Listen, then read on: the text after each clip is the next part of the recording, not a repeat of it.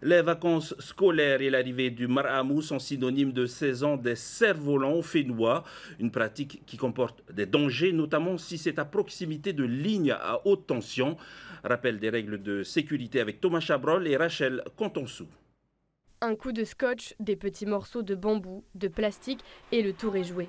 Comme chaque année, en période de vacances scolaires et de Maramou, beaucoup d'enfants jouent au cerf-volant. La plupart d'entre eux méconnaissent les dangers. Les autres ont vaguement conscience des risques s'ils touchent des fils électriques, mais jouent quand même à proximité des poteaux.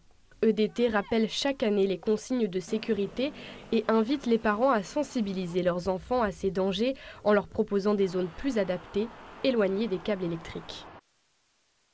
Donc la règle numéro 1, c'est de ne pas jouer au cerf-volant près des lignes électriques parce que ça représente un danger.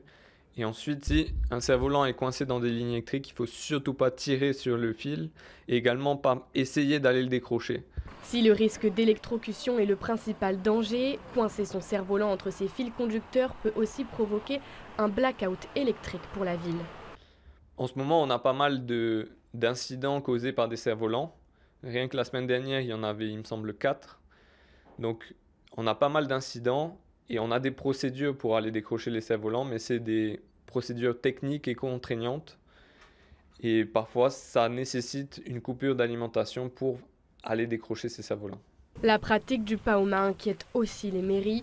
Hier, celle de Fa a publié un message pour alerter ses administrés et rappelle que des amendes pourront même être appliquées en cas de pratique à proximité des lignes à haute tension.